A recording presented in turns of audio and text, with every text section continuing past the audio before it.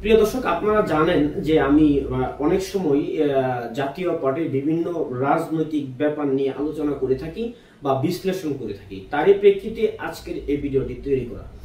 আজকে আমি যে ব্যক্তিকে নিয়ে কথা বলবো, তিনি বেশ কয়েকবার মন্ত্রী ছিলেন এবং এমপি ছিলেন, সাবেক জাতীয় পার্টির প্রেসিডিয়াম এবং কো চেয়ারম্যান ছিল, যার নাম হলো কাজী ফিরোজ রশিদ। ইদানিং বেশ কিছু মিডিয়াতে উনি ইন্টারভিউ দিয়েছেন কিংবা ছোটখাটো কিছু প্রোগ্রামে বক্তব্য দিয়েছেন, যেখানে বর্তমান যে মাননীয় চেয়ারম্যান রয়েছেন ওনাকে নিয়ে বিভিন্ন সমালোচনা করেছেন।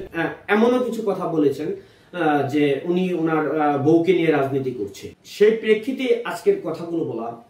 আজকের ভিডিওর মাধ্যমে এই দুর্নীতিবাজ, লোভী এবং স্বার্থপর কাজী ফিরোজ রশিদকে বলতে চাই যে আপনি যে কথাটা বলেছেন তার সুষ্ঠু ব্যাখ্যাটা আমি চাচ্ছি, এবং আপনার যে কৃতকর্মগুলা সেগুলো আমি বলতে চাচ্ছি যে আজকের এই ভিডিওর মাধ্যমে, যার ফলে তৃণমূল জাতীয় পার্টি থেকে শুরু করে কেন্দ্রীয় নেতৃবৃন্দ যারা রয়েছেন সবাই এই কাজী ফিরোজ রশিদের দিকে 16 সালের পর থেকে কিন্তু প্রচন্ডভাবে ক্ষিপ্ত ছিলেন। কারণ হলো উনি এমপি হয়েছেন, মন্ত্রী হয়েছেন, হয়ে নিজের অট্টালিকা গড়েছেন, হিউজ পরিমাণ টাকা পাচার করেছেন, উনি বড় বড় ব্যবসা বাণিজ্য করেছেন। তাই নাই, আমার ভিডিওটা যদি কোনোভাবে কাজী ফিরোজ রশিদ দেখেন, আপনি আশা করি যে পরবর্তীতে আমি কোনো ইন্টারভিউতে আমার প্রশ্নগুলোর উত্তরগুলো দিবেন।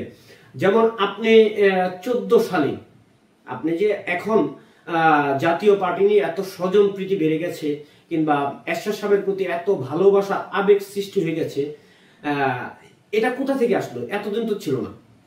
আমরা লক্ষ্য করে দেখেছি 2014 সালে যখন জাতীয় পার্টির প্রতিষ্ঠাতা চেয়ারম্যান, সাবেক সফল রাষ্ট্রপতি মরহুম আল্লাহ হোসেন মোহাম্মদ এরশাদ সাহেব যখন 2014 সালের নির্বাচনে উনি সিদ্ধান্ত নিয়েছিলেন নির্বাচন করবেন না, তখন উনাকে এই কাজী ফিরোজ রশিদ, আনিসুল ইসলাম মাহমুদ, রুনাল হাওলাদার সহ মজিবুল হক চুন্নু, এই যে কয়টা একটা চক্র আছে, দালাল চক্র, আওয়ামী লীগের সাথে আতাত করে গোপনে মিটিং করে ওনাকে সিএমএইচ নামক হসপিটালে আটক রেখে রোশন এরশাদের নেতৃত্বে আপনারা এরশাদের সাথে বেইমানি করে নির্বাচন করেছিলেন। তখন থেকেই জাতীয় পার্টিটার যেই দুরবস্থা কিংবা যে গ্রহণযোগ্যতা সেটা আপনারা কমিয়ে নেওয়ার একটা চেষ্টা করেছিলেন, আপনাদের স্বার্থ উদ্ধার করেছেন। 14 সালে এমপি হওয়ার পর থেকে এই কাজী ফিরোজ রশিদ কখনো দলীয় নেতা কর্মীকে কোনো ধরনের সুযোগ সুবিধা দেয় নাই, ও দলীয় নেতা কর্মী থেকে উনি দূরে ছিল। ওনার আসন ছিল ঢাকা 6 আসন, যে আসনে সবসময় আওয়ামী লীগের সাথে উনি আতাত করেছেন এবং উনি আওয়ামী লীগ নিয়েই উনি রাজনীতিটা করেছিলেন। মানে ওনাকে বলাই যায় নামমাত্র উনি জাতীয় পার্টিতে ছিলেন, কিন্তু উনি প্রকৃত অর্থে আওয়ামী লীগের লোক ছিলেন। আরেকটা জিনিস আপনাকে বলতে চাই যে আপনি জাতীয় পার্টি নিয়ে এত আবেগ কথা বলেন, জাতীয় পার্টিকে নিয়ে আপনি এখন এত ভাবে কথা বলেন যে আপনি জাতীয় পার্টিটাকে আপনি লালন করেন।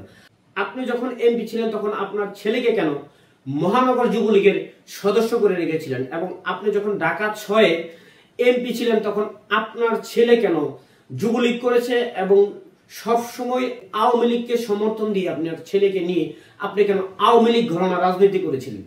এইসব যে ভাওতাবাজির কথাগুলো এখন বলছেন, এই কথাগুলো আমি আজকের ভিডিওর মাধ্যমে কাজী ফিরোজ রশিদকে বলতে চাই যে এই সব ভাওতাবাজি, এরশাদ প্রেমী যেই ধরনের আবেগ দেখাচ্ছেন, এগুলো যে আপনাদের ভাওতাবাজি, এগুলো যে আপনাদের বাটপাড়ি, এটা এখন সারা দেশের মানুষ জানে।